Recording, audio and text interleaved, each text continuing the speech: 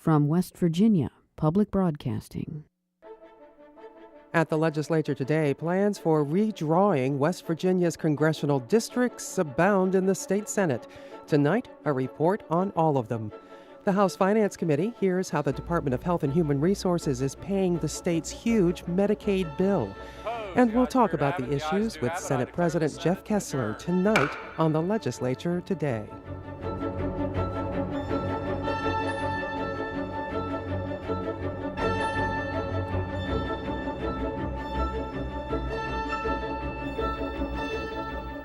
Good evening, I'm Beth Voorhees. The state Senate is now considering 4 new proposals for congressional redistricting. A debate and a decision is expected in the next week or so. Meanwhile, state officials are appealing a federal court ruling striking down the current congressional district map. As Bob Brunner reports, several new plans have strong advocates. The plans now under consideration all have nicknames. The plan supported by most of the leadership is called the Near Perfect Plan and is authored by Majority Leader Senator John Unger of Berkeley County. Unger expects some disagreement. I think there's going to be a lot of discussion. Hopefully we can avoid a fight. The plan that I've presented, we have bipartisan support, geographical support. It's a way of developing consensus, and that's what we need to really focus on. So there'll be a lot of heated discussion, but hopefully we can avoid all-out fights. Unger's plan splits Randolph and Taylor counties but leaves the other 53 intact. A plan put forward by Senator Herb Snyder of Jefferson County unites the eastern and northern panhandles but also seems to cut up Randolph County. Snyder says not to worry. This is not acceptable the way Randolph County's cut up. It wasn't what I anticipated. But, Mr. President, I didn't want to put the redistricting staff through doing another map, and it gets the basic concept of what the plan is. So I just wanted to tell the people in Randolph County to put the pitchforks and the torches away for the day, that it couldn't look like that even if we were real hot on this map in general. Senator Donna Boley is also advancing a redistricting plan which would preserve Randolph County but divide Braxton and Lewis counties. She admits one of her motives is keeping Parkersburg out of the same district as Charleston. My aim is not to have Wood County down with Kanawha County. We like the district the way it is. I voted for the original plan. I would still support the original plan, but if you have to tweak it for the judges, then that's the simplest way to tweak it.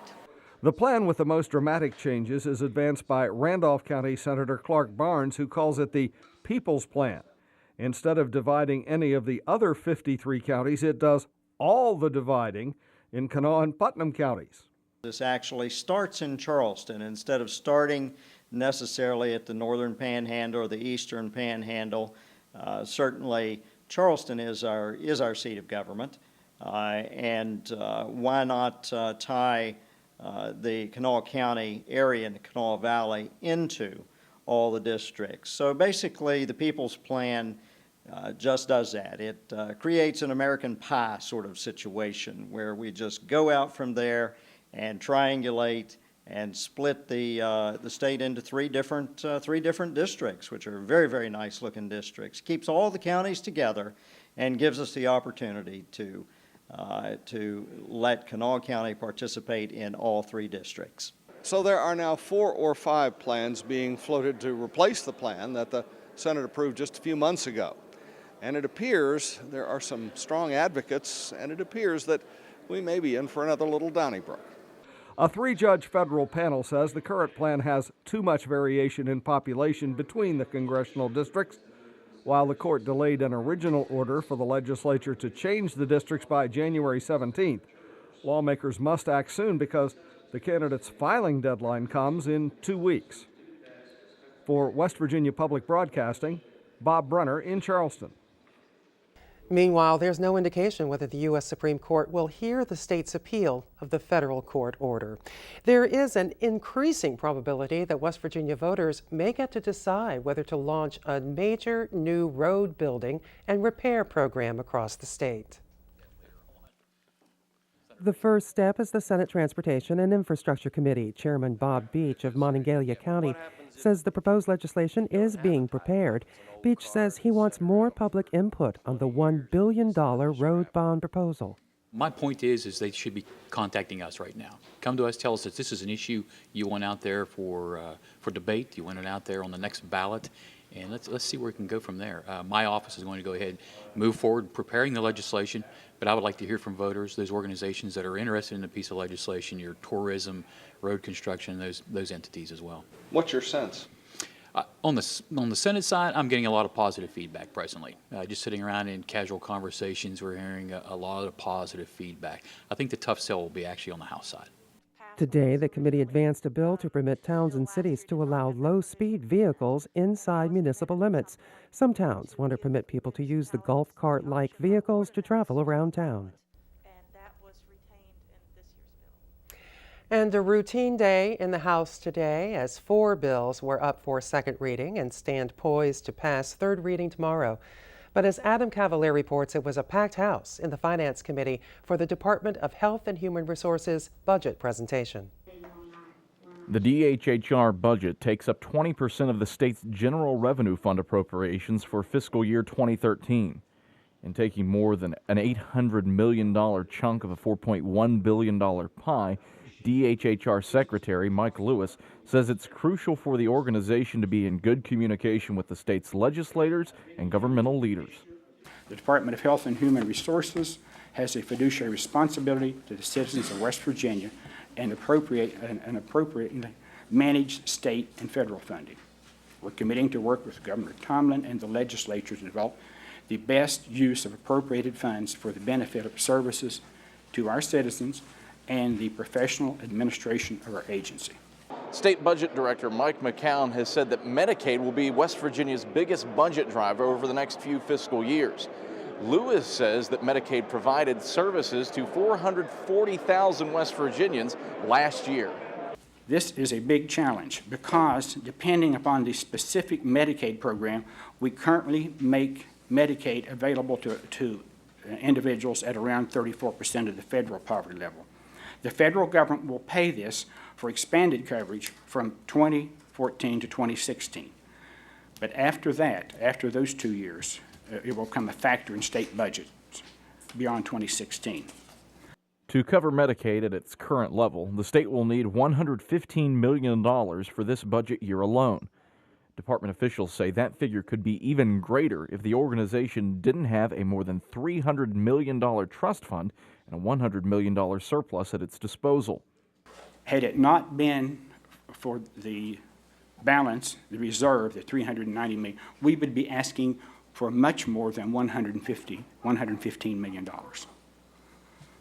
That number will continue a steep decline as our membership increases, our costs go up, and we use state dollars to replace federal dollars. That's the only way we can do it. The DHHR expects Medicaid users to grow at 3% each month. West Virginia's Medicaid Commissioner Nancy Adkins says a $30 million innovation grant will help alleviate some of the organization's budget constraints. Hopefully, we are reducing the health disparities and we're reducing the cost of the healthcare system. That's a piece of it, but improving the quality of care is probably, and the quality of the experience for the person. The Innovation Challenge Grant will address non-Medicaid population. The state plan amendment will address the Medicaid population. So we're looking for ways to be able to pay providers and community health teams to create this difference in the healthcare system and the delivery of care. Medicaid and its associated services make up 65% of the DHHR's budget. For West Virginia Public Broadcasting, I'm Adam Cavalier in Charleston. And in a moment, a look at the issues from the Senate side of the Capitol. First, here's a look at some of the bills introduced in the Senate today. Among the bills introduced in the Senate today, Senate Bill 202 to permit the Division of Forestry to enter into stewardship contracts and agreements with the U.S. Forest Service. Senate Bill 203 to establish a tax credit for physicians who provide services at no charge to free health facilities. Senate Bill 206, Governor Tomlin's bill to provide tax credits to certain facilities involved in manufacturing byproducts produced by drilling into the Marcellus shale gas field, namely to attract an ethane cracker plant. The tax credit would apply for 25 years. Senate Bill 208 to repeal the West Virginia telecommunications tax. Senate Bill 211, the governor's bill to create the secondary offense of operating a motor vehicle while texting or using a wireless communications device without hands-free technology. Senate Bill 212 to make it a criminal offense to disrupting emergency communications by metal theft. The penalty is not more than 10 years in prison and a fine of $10,000. Senate Bill 213 to authorize the State Fire Commission to establish the training requirements for volunteer firefighters. Senate Bill 217 to provide that if a current federal tax on motor fuels should be eliminated or suspended, an additional state tax would be imposed in the same amount. Senate Bill 220 to transfer the supervisory and jurisdictional responsibilities of a certain area of Cooper's Rock State Forest from the Division of Forestry to the Division of Natural Resources. The bill also prohibits the sale of timber in the same area of Cooper's Rock State Forest. Senate Bill 221, creating the Jason Flatt Act of 2012 to require routine suicide prevention training for all teachers and principals. And Senate Bill 225 to change the name of the Division of Banking to the Division of Financial Institutions. After acting as Senate President last year, Senator Jeff Kessler was elected to the position by his colleagues in November. An attorney from Marshall County, he was first appointed to the Senate in 1997, and he's been elected to represent the 2nd District ever since. And joining us tonight is Senate President Jeff Kessler. Welcome. So glad you're here. Good evening. Good to be here, Beth.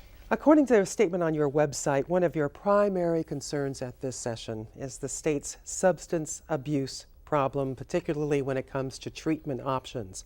Are there any treatment options? Yeah, and those that aren't there, we need to look into creating. Quite frankly, there's a lack of a comprehensive plan in place for, the treatment of substance abuse issues. We tend from time to time to look at these things in a vacuum.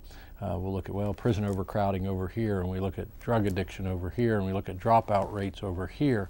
But they're really interrelated, and it's systemic. And until we really get a comprehensive plan in place to make sure that that there's an adequate treatment in prevention and education are fine, but what do you do to the folks that are addicted?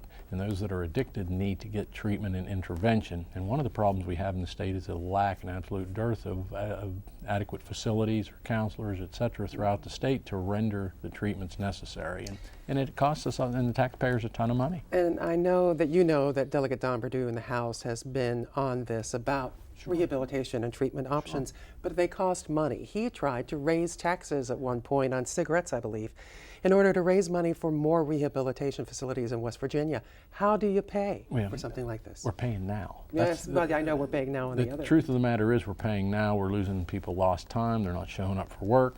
It costs $49.50 a day or whatever to keep them in jail, and we put people in jail when they could be treated for substance abuse at maybe $8 a day on the outside.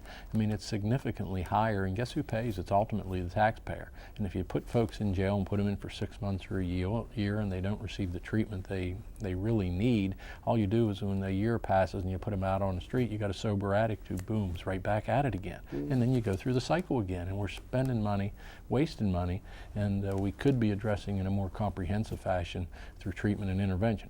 Bad guys that need to be in jail, put them in jail. But folks that need to treat their substance abuse or whatever issues they have so they can become productive members of society, I think our dollars would be better served that way. How many dollars?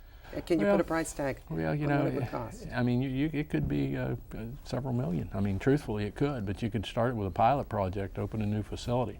And when you do that, then or open programs really out in your communities. We have a lot of community mental health type facilities already scattered throughout the state.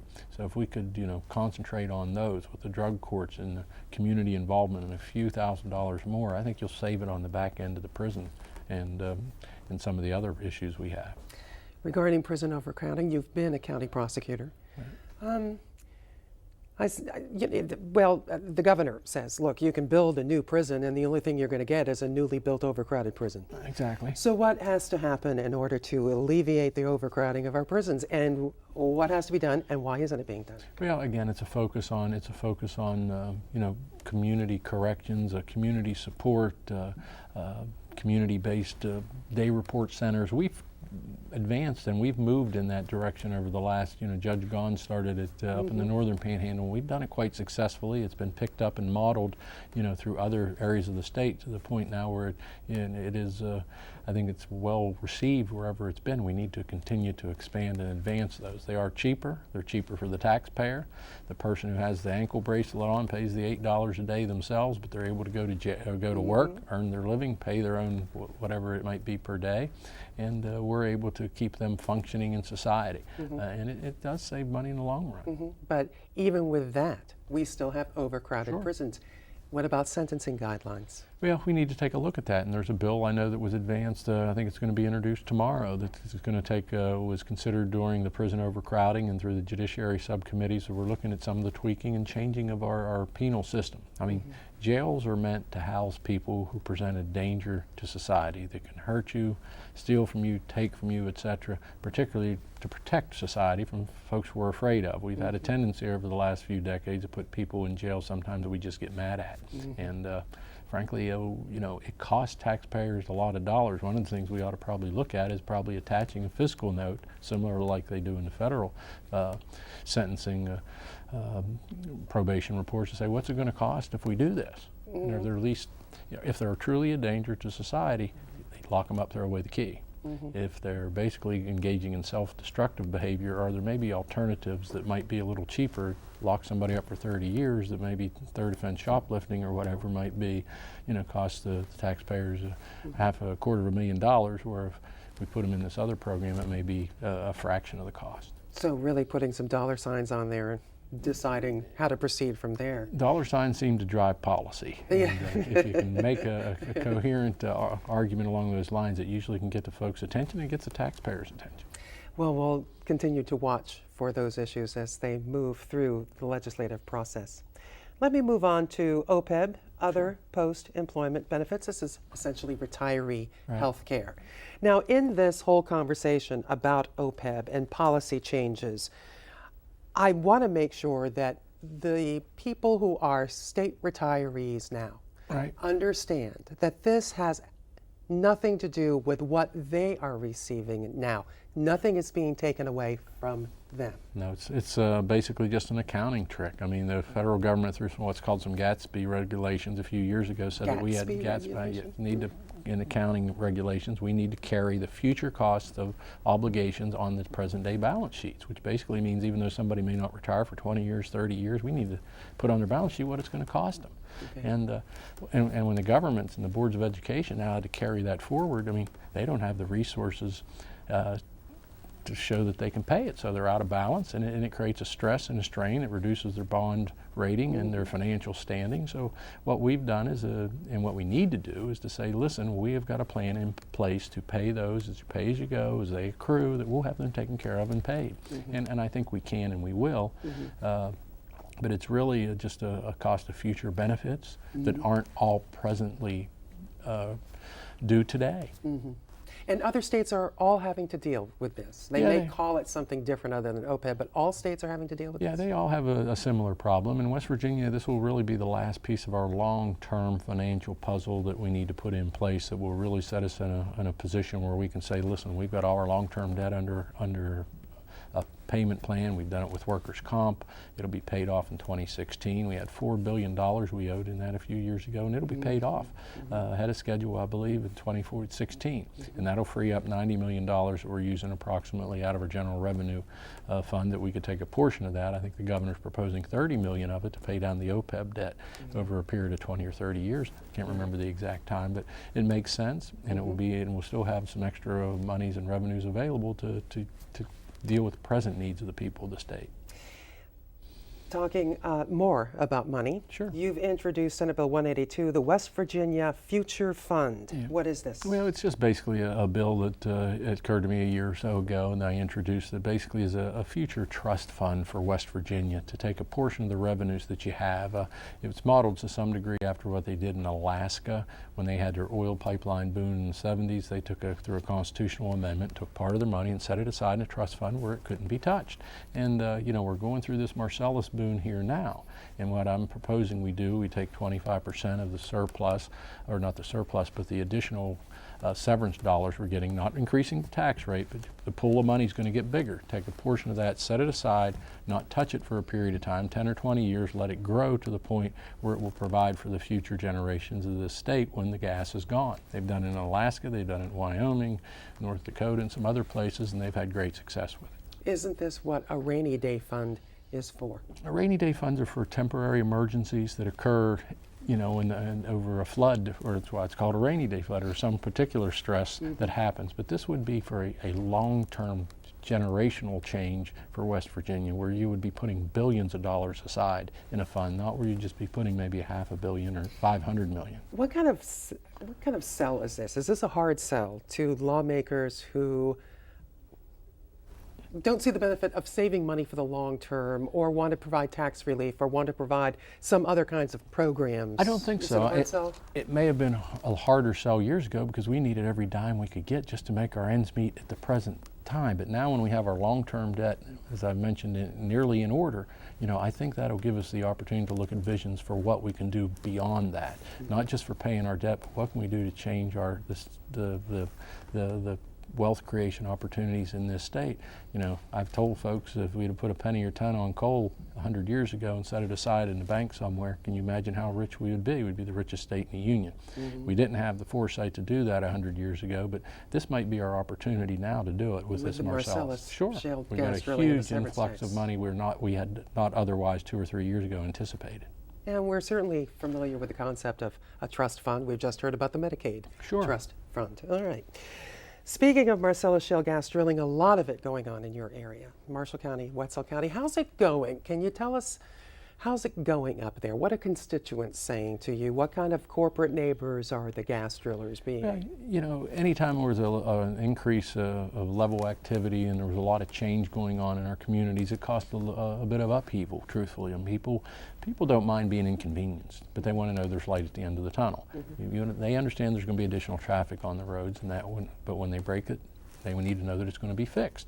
You know, and I think that's what we did, and I, you know, commend the governor for his leadership and the legislature for working together over the summer, and particularly the chairmans, Facemeyer and Manchin, who worked very hard on that select committee together with all the members to put together some legislation the governor used as a framework or a starting jumping off point to put a comprehensive bill together that really set in place a comprehensive, reasonable form of regulatory oversight for the industry, protections for the landowners. People know what the rules of the game are. And once they know the rules, you know, they don't mind, okay, they're going to build a pipeline, it's going to tear the road up for 3 or 4 months, but I need to know at the end of 3 or 4 months that road's going to be restored and it's going to be better than it was before. They can probably live with that, but the uncertainty of not knowing what's going to happen, was it ever going to end, what's it going to look like when it's over? You know, and they're getting, you know, jobs, opportunities for job creation in our communities, additional money's being spent, and as well you're seeing, you know, some folks seeing a little bit of the royalties. And you're that are confident that that is happening in your area? Yeah, there's folks that are getting royalties and getting, you know, are doing very well on that. So, you know, it's a little different than the coal boom that we had when in the early 1900s, late 1800s, where the coal companies come in, they bought the coal. They bought all the seams, they owned it. They owned all the seams of coal up in my area, so when they come in and mined it, they bought it years ago. But with this, people are getting a royalty, they're leasing it. So when they do that, it gives the landowner, the mineral owner at least, a stake in the operation, so that when they start pulling out them MCFs of gas every month, and they get a check, a 1/8 royalty or better every month, 18% in some instances or higher, and they're getting a portion of the extraction of the industry, of the mineral that's under there. So there is wealth being created for the people living in our communities, not necessarily just the big companies that own all the resource out of state. All right. Senate President Jeff Kessler, an interesting conversation. Thank you very much. I'm happy to come back anytime. All right, we're happy to have you. Be here. And here's a look at some of the bills introduced in the House today. Among the bills introduced in the House today, House Bill 4097, creating a license for hairstylists in state law overseen by the Board of Barbers and Cosmetologists. House Bill 4098, to provide a loan forgiveness program for dentists and hygienists similar to what currently exists for medical doctors and osteopathic physicians. House Bill 4099 to require the Department of Health and Human Resources and Medicaid to provide dental coverage to an eligible mother for 2 years following the birth of her child. The bill was recommended for passage by the Joint Committee on Health. House Bill 4100 to establish the crimes of human trafficking and involuntary servitude, and to provide criminal penalties for persons convicted of human trafficking and other offenses. The penalty is 15 years in prison. House Bill 4101 to authorize teacher education programs in the state to enter into agreements with county boards to use intensively supervised and mentored teacher-in-residence programs approved by the State Board of Education in lieu of student teaching. And House Bill 4102 to revise, consolidate, and codify laws relating to the purchase, possession, sale, and use of fireworks in the state. Among the bills up for passage in the House tomorrow, House Bill 2402 to redefine the term public record as it's used in the Freedom of Information Act as prepared or received by a public body, the content or context of which relates to the conduct of the public's business. House Bill 2521, eliminating the requirement of serving domestic violence orders by certified mail. House Bill 3128, relating to filing a civil petition for expungement of records relating to an arrest. And House Bill 3132, requiring a judge's permission before jurors' information can be released. This has been the Legislature Today. Tomorrow, a visit with House Speaker Rick Thompson. I'm Beth Voorhees. Thanks for joining us. Good night.